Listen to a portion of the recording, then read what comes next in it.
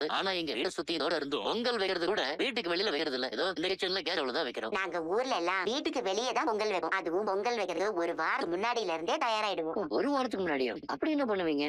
ஆகலையோ இல்ல குளத்துலயோ இருந்து மண் எடுத்துட்டு வந்து பொங்கல் வைக்கிறதுக்கான அடுப்பையே நாங்க தான் செய்வோம். அடேங்கப்பா. அடுப்பு நீங்களே செய்வீங்களா? அது எப்படி? பொங்கல் வைக்கிறது விறகு வெடுவோம், சுள்ளி எடுக்கிறதும் ஒரு நாள், பொங்கல் பானைய அலங்காரம் பண்றது ஒரு நாள், வீடு முழுக்க கோலம் போடுறது ஒரு நாள்னு பொங்கல் வர அந்த ஒரு வாரமும் அவ்வளவு கொண்டாடமா இருக்கும். பொங்கல் வந்துட்டா வீட்டுல இருக்கிற பொம்பளைங்களுக்கு எப்பவும் இருக்கிறத விட அதிக வேலை தான். இருந்தாலும் அந்த வேலையெல்லாம் சந்தோஷமா செய்வோம். பொங்கலுங்கிற ஒரு பண்டிகைக்கு பின்னாடி இவ்வளவு விஷயம் இருக்கு. நான் ஏதோ பொங்கல்னா வீட்டுல சக்கரை பொங்கலை செஞ்சு சாப்பிடுறது மட்டும் தான் நினைச்சிட்டு இருக்கேன். ஏய், இந்த கால பசங்களுக்கு எல்லாம் பண்டிகையோட அருமையே தெரியலடா. என்னடா பெரியவங்க நீங்களே ஏதாவது சொன்னாதானே நாங்க தெரிஞ்சுக்குவோம்.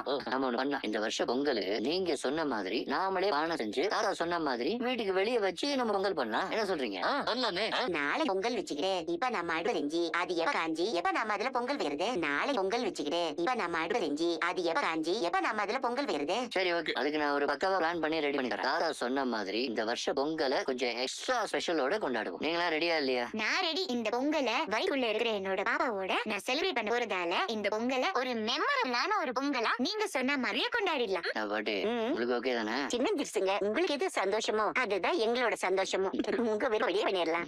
சூப்பர் பாட்டு. பாடினா பாட்டி தான். அப்ப இந்த வருஷம் பொங்கலை சிட்டியில வச்சு கிராம சைடுல நம்ம கொண்டாடுறோம். தாறு மாறு பண்றோம். என்ன சொல்றீங்க நீங்க? ஆமா பிரதர், குமரண்ண மலேசியால இருந்து துபாய்க்கு போயிட்டு தான் அங்க இருக்கிற டிசைனர் சொன்னாங்க. ஆனா அண்ணன் துபாய் போகவே இல்ல. குமரண்ண மலேசியாக்கு போயிட்டு அங்க இருந்து ரிட்டர்ன் ஆயிருக்காரு. ரிட்டர்ன் ஆயிட்டா? ஆமா பிரதர், அதுவும் அங்க ஏதோ பிரச்சனைங்கிறதுனால தான் ரிட்டர்ன் ஆயிருக்காரு. அது என்னங்கிறது தான் என்னால கெஸ் பண்ணவே முடியல. இத பத்தி குமரன் பிரதர் கூட வேலை பார்த்தவங்கள்ட்ட எல்லாம் கேட்டு பாத்தீங்களா? கேட்டுட்டேன் பிரதர். அவங்க கிட்ட ஏதோ பிரச்சனைன்னு சொல்லி குமரண்ண ஊருக்கு இருமுன்னு தான் சொல்றாங்க. ஆனா சென்னை வந்திருந்தாதான் குமரண்ண நேரா வீட்டுக்கு வந்திருப்பாரு. அட்லீஸ்ட் ஒரு போனாவது பண்ணிருப்பாருல. இப்ப அவர் எங்க இருக்காரு என்ன ஏது ஒண்ணுமே புரியல. ஆனா கண்டிப்பா குமரன் எனக்கு ஏதோ பிரச்சனை ஆயிருக்கு. அது என்ன